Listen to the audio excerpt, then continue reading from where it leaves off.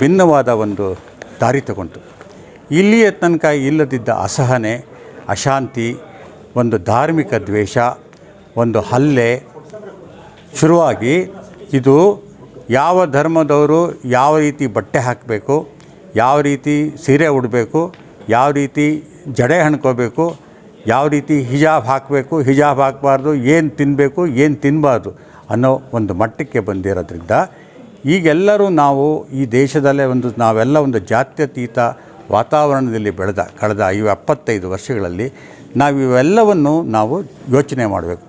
ಮುಸ್ಲಿಮರ ಬಗ್ಗೆ ಇವತ್ತು ಒಂದು ಅಸಹನೆ ಬಂದಿದೆ. ಇದಕ್ಕೆ ನಾವು ಕಾರಣವೋ ಅವರೂ ಸ್ವಲ್ಪ ಕಾರಣ ಇದ್ದಾರೆ. ಅದೆಲ್ಲವನ್ನು ಈ ಪುಸ್ತಕದಲ್ಲಿ ಅನಲೈಸ್ ಮಾಡಿದ್ದೀನಿ. ಯಾಕೆಂದರೆ ಈ ಅನಾಥ ಪ್ರಜ್ಞೆ ಬರೋದಕ್ಕೆ, ಒಂದು ತಬ್ಬಲಿತನ ಬರೋದಕ್ಕೆ ಒಂದು ಪರಿಸರ ಕಾರಣ. ಈ ಪರಿಸರ ಹೀಗೆ ಮುಂದುವರೆದ್ರೆ ಇದಾಗುತ್ತೆ. ಯಾಕೆ ಅಂತ ಹೇಳಿದ್ರೆ ಅಮೇರಿಕಾದಲ್ಲಿ ವರ್ಲ್ಡ್ ಟವರ್ಸ್ ಮೇಲೆ ಬಾಂಬ್ ಹಾಕಿ ಅದನ್ನು ನಾಶ ಮಾಡಿದಾಗ ಅಮೇರಿಕಾದಲ್ಲಿರೋ ಮುಸ್ಲಿಮರನ್ನ ಯಾರೂ ಅಟ್ಯಾಕ್ ಮಾಡಲಿಲ್ಲ, ಕೊಲ್ಲಿಲ್ಲ. ಅವ್ರು ಮಾಡ್ಬೋದಿತ್ತು ಅವರು. ಆದರೆ ನಮ್ಮಲ್ಲಿ ಯಾವುದೋ ಒಂದು ಟ್ರೈನ್ ಬ್ಲಾಸ್ಟ್ ಆಯಿತು ಅಂತ ಹೇಳಿದ್ರೆ ನಾವು ಅವ್ರ ಮೇಲೆ ಹಲ್ಲೆ ಮಾಡ್ತೀವಿ. ಇದೆಲ್ಲವನ್ನು ನನ್ನ ಮನಸ್ಸಿಗೆ ಬರೆದಿದ್ದೀನಿ. ಸರ್, ತಾವು ಹೇಳ್ದಂಗೆ ಬುಕ್ಕಲ್ಲಿ ತಾವು ಪ್ರಸ್ತಾವ ಮಾಡ್ದಂಗೆ ಏನು ತಿನ್ನಬೇಕು, ಏನು ತಿನ್ನಬಾರ್ದು, ಏನು ಉಡಬೇಕು, ಏನು ಹಾಕಬಾರ್ದು, ಈಗ ಅದು ನಡೀತಾ ಇದೆ ಸರ್, ನಾವು ನೋಡ್ತಾ ಇದ್ದೀವಿ. ಖಂಡಿತ ಇದೆ. ಇವಾಗ ಯಾವ ಆಹಾರ ನಮ್ಮದು, ಯಾವ್ದು ನಮ್ಮದಲ್ಲ ಅಂತ ಗೊತ್ತು. ನಾನು ಯಾವುದೋ ಒಂದು ಧರ್ಮದ ಅಂತ ಹೇಳಲ್ಲ, ಯಾವುದೋ ಒಂದು ವಾತಾವರಣದಿಂದ ಬೆಳೆದಿದ್ದರಿಂದ ನಾನು ಇಂಥದ್ದು ತಿನ್ನೋಕ್ಕೆ ಸಾಧ್ಯ ಇಲ್ಲ, ತಿನ್ನಲ್ಲ. ನಾನು ತಿನ್ನು ಅಂತ ಹೇಳೋದು ತಪ್ಪು, ತಿನ್ನಬೇಡ ಅಂತ ಹೇಳೋದು ತಪ್ಪು. ಇವಾಗ ಟೇಕ್ ಹಿಜಾಬ್ ಇಶ್ಯೂ. ಇವತ್ತು ನಮ್ಮ ದೇಶದಲ್ಲಿ ಹಿಜಾಬ್ ಹಾಕಬೇಕು ಅಂತಿದ್ದಾರೆ. ಇರಾನ್ನಲ್ಲಿ ಏನಾಗ್ತಿದೆ, ಹಿಜಾಬ್ ಸುಡ್ತಾ ಇದ್ದಾರೆ. ಯಾತಕ್ಕೆ? ಅಲ್ಲಿ ಹಿಜಾಬ್ ಕಂಪಲ್ಸರಿ ಮಾಡಿದ್ರಿ. ಇಲ್ಲಿ ಯಾಕೆ ಹಿಜಾಬ್ ಹಾಕಬೇಕು ಅಂತ ಹೇಳ್ತಾರೆ? ನೀವು ಕಂಪಲ್ಸರಿ ಹಿಜಾಬ್ ಹಾಕಬೇಡಿ ಅಂತ ಹೇಳಿದ್ರಿ. ಯಾವುದನ್ನು ಒತ್ತಾಯಪೂರ್ವಕವಾಗಿ ಮಾಡಬಾರ್ದು. ಪ್ರೀತಿಯಿಂದ, ಸ್ನೇಹದಿಂದ, ಆತ್ಮೀಯತೆಯಿಂದ ಒಬ್ಬರಿಗೊಬ್ಬರ ಒಂದು ನಂಬಿಕೆಗಳನ್ನು ಬೆಳೆಸ್ಕೊಂಡು ಬದುಕಬೇಕು ಅನ್ನೋದು ಉದ್ದೇಶ. ತಾವೀಗ ಹೇಳಿದ್ರಿ ಮೈನಾರಿಟೀಸ್ ಎರಡು ಕಡೆ ತಪ್ಪಿದೆ. ಮೈನಾರಿಟಿ ತಪ್ಪು ಏನು ಅನ್ಸುತ್ತೆ? ಇಲ್ಲ, ತಪ್ಪಿದೆ ಅಂತ ಹೇಳಿದ್ರೆ ಎಲ್ಲರಿಗೂ ಒಂದು ಅಹಂ ಇಶ್ಯೂ ಬಂದ್ಬಿಡುತ್ತೆ. ಎಲ್ಲಿ ಮೆಜಾರಿಟಿ ಬಹುಸಂಖ್ಯಾತರಿಗೆ ಅಹಂ ಇಶ್ಯೂ ಇದೆ ಅದೇ ರೀತಿ ಅವರಲ್ಲೂ ಇರುತ್ತೆ. ಮನುಷ್ಯ ಸಹಜ, ಅದು ಒಬ್ರಿಗೊಬ್ಬರು ಜಗಳ ಆಡೋದು ಸಹಜ. ಇದಕ್ಕೆ ಒಂದು ಚಾರಿತ್ರಿಕ ಕಾರಣಗಳು ಇದೆ. ಈ ಚಾರಿತ್ರಿಕ ಕಾರಣಗಳ ಎಲ್ಲ ಒಂದು ವಿಶ್ಲೇಷಣೆ ಈ ಪುಸ್ತಕದಲ್ಲಿ ಮಾಡಿದ್ದೀನಿ ನಾನು. ಮಾಡಿ ಅಲ್ಟಿಮೇಟ್ಲಿ ಹೇಳಿದ್ದೀನಿ, ನಾವೆಲ್ಲ ಒಂದೇ ಇರಬೇಕು, ಎಲ್ಲ ಒಂದಾಗಬೇಕು ಅಂತ. ಈ ದೇಶ ಒಂದಾಗೇ ಇರುತ್ತೆ ಹೊರತು ಇವ್ರನ್ನ ಯಾರನ್ನೂ 18% ಜನಗಳನ್ನ ದೇಶ ಬಿಟ್ಟು ಓಡ್ಸೋಕ್ಕೆ ಸಾಧ್ಯ ಇಲ್ಲ. ಬಟ್ ಅವರು ಇಲ್ಲಿರ್ತಾರೆ, ನಾವು ಇಲ್ಲಿರ್ತೀವಿ, ಒಟ್ಟಿಗೆ ಇರೋಣ ಅಷ್ಟೇ. ಸರ್, ಲಾಸ್ಟ್ ಕ್ವಶನ್, ಮೈನಾರಿಟಿ ಅವರು ತಮ್ಮನ್ನು ಮೈನಾರಿಟಿ ಕರ್ಸ್ಕೊಳ್ಬೇಕು, ಯಾವಾಗ ತನಕ ಕರ್ಸ್ಕೊಳ್ಬೇಕು? ಇಲ್ಲ, ಅವ್ರಿಗೆ ಯಾವ ಆಸೆನೂ ಇಲ್ಲ. ಕರೆದಿರೋದು ನೀವು. ಯಾಕೆ ಕರೆದ್ರಿ? ಯಾವುದೋ ಒಂದು ಕಾರಣಕ್ಕೆ ಕರೆದಿದ್ದೀರ. ಇವತ್ತು ಅವ್ರನ್ನ ಇವಾಗ ಮೈನಾರಿಟಿ ಅಂತ ನೀವು ತೆಗೆದುಬಿಟ್ರೆ ನಾಳೆ ಏನು ಬೀದಿಗೆ ಬರೋಲ್ಲ. ಅವ್ರು ಎಲ್ಲಿರ್ತಾರೋ ಅಲ್ಲೇ ಇರ್ತಾರೆ. ಅವ್ರು ಇನ್ನೂ ಮೇಲಕ್ಕೆ ಬರ್ತಾರೆ ಹಠದಲ್ಲಿ. ಅದನ್ನೇ ಹೇಳಿದ್ದು ನನ್ನ ಕೊನೆ ಭಾಷಣದಲ್ಲಿ, ಇವೆಲ್ಲ ಬಿಟ್ಬಿಡಿ, ಅನಾಥ ಪ್ರಜ್ಞೆ, ಇವೆಲ್ಲ ಥಿಯರಿಗಳು. ಬಟ್ ನೀವು ಎಜುಕೇಷನ್ಗೆ ಬಂದುಬಿಟ್ರೆ ನೀವು ಎಲ್ಲರಿಗಿಂತ ಮೇಲಕ್ಕೆ ಹೋಗ್ತೀರಾ. ಎಜುಕೇಷನ್ ಅಂದರೆ ಬರೀ ಟೆಕ್ನಿಕಲ್ ಡಾಕ್ಟರ್ ಅಲ್ಲ, ಇಂಜಿನಿಯರ್ ಅಲ್ಲ, ಸಾಮಾಜಿಕವಾಗಿ ಸಾಂಸ್ಕೃತಿಕವಾಗಿ ನಾವು ಬೆಳಿಬೇಕು. ಅದೇ ನಮ್ಮ ಉದ್ದೇಶ. ಓಕೆ ಸರ್, ಲಾಸ್ಟ್ ಕ್ವಶನ್, ಈ ದೇಶ ಹಿಂದುತ್ವ ರಾಷ್ಟ್ರ ಹಿಂದುತ್ವ ಆಗೋ ಚಾನ್ಸಸ್ ಇದೆಯಾ ಸರ್? ಯಾವ ದೇಶವೂ ಒಂದು ಧಾರ್ಮಿಕವಾಗಿ ಬದುಕೋಕ್ಕೆ ಸಾಧ್ಯ ಇಲ್ಲ. ನಾವೆಲ್ಲ ಅನುಸರಿಸ್ತಿರೋದು ಒಂದು ಬ್ರಿಟಿಷ್ ಮತ್ತು ಇದು ಅಮೇರಿಕನ್ ಸಿಸ್ಟಮ್ಗಳು. ನಮ್ಮ ಡೆಮಾಕ್ರಸಿ, ವೋಟಿಂಗ್ ಕಾನ್ಸೆಪ್ಟ್ ಎಲ್ಲ, ಕಾನ್ಸ್ಟಿಟ್ಯೂಷನ್ನು ಎಲ್ಲ ಅಲ್ಲಿಂದನೇ ಬಂದಿರೋದು. ಯಾವುದು ಈ ದೇಶ ಎಲ್ಲರಿಗೂ, ಈ ದೇಶದಲ್ಲಿ ಯಾರು ಹುಟ್ಟಿ ಬಾಳಿ ಬದುಕಿದ್ದಾರೆ ಎಲ್ಲರಿಗೂ ಈ ದೇಶ ಸಂಬಂಧಿಸಿದೆ.